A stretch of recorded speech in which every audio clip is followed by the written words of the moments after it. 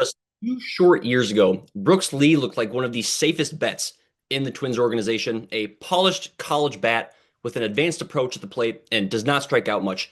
The kind of guy who felt like he would just hit the moment he got to the big leagues. But now heading into 2026, we are having a very different conversation.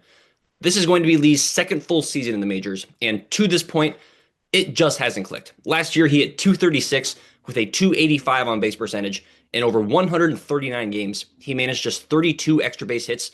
For a guy whose calling card was supposed to be his bat, that's simply just not enough production. And what makes it more frustrating is we've seen what he's capable of doing in the minors. Back in 2024 at AAA, Lee hit 308 with 15 extra base hits in just 25 games.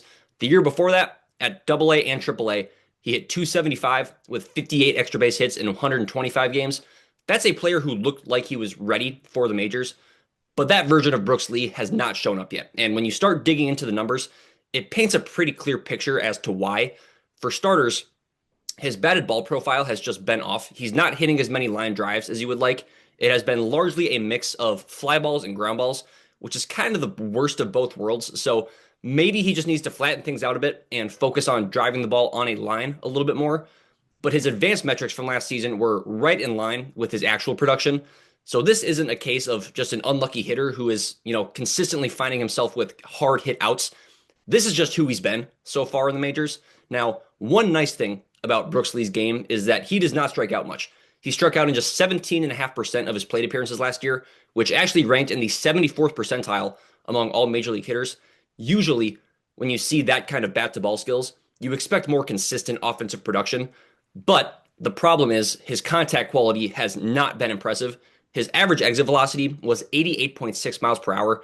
That was down in just the 28th percentile. His hard hit rate was also 28th percentile, and his bat speed was down in the 15th percentile. So yes, he's making contact, but it is not loud contact. And if you were hoping this spring would be a turning point, it's been a bit of a mixed bag. On the surface, his numbers look really, really good. Lee is hitting 311 with a 400 on base percentage this spring entering Saturday's game.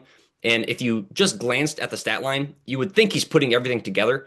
But when you look under the hood, it is a much different story.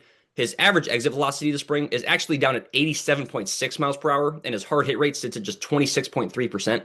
So again, it's the same pattern. He's putting the ball in play, but the contact quality is still not where it needs to be.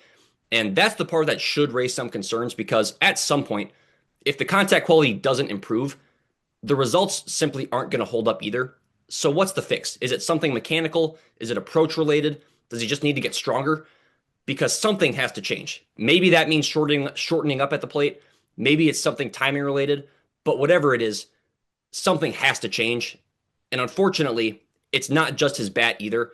Defensively, Lee has not stood out. He's been a below average defender across the infield, and his arm strength graded out in just the 28th percentile on StatCast last year. That is a lot of 28th percentile metrics for one player, and that is not a good thing. He is not really impacting the game on the base paths either. He has just 6 stolen bases across 189 career games.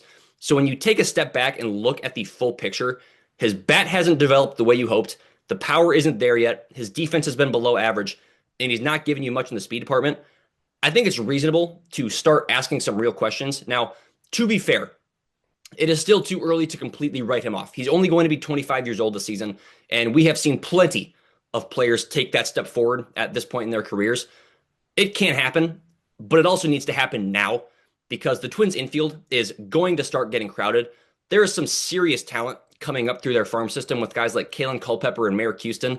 It's also possible the Twins use their 3rd overall pick in this summer's MLB draft on another infielder. So if Lee doesn't start producing, the Twins will have other options. And that's what makes 2026 feel so important. This feels like a make or break year for Brooks Lee. If he's going to be part of this team's core going forward, the adjustments need to happen and they need to happen quickly. Otherwise, we might be having a very different conversation about Brooks Lee in a matter of months. But that's all I've got for today. Thank you guys so much for watching. Please be sure to like the video and subscribe to the channel for Twins news and updates every single day. But until next time, I'm Sam Calder, and I'm out.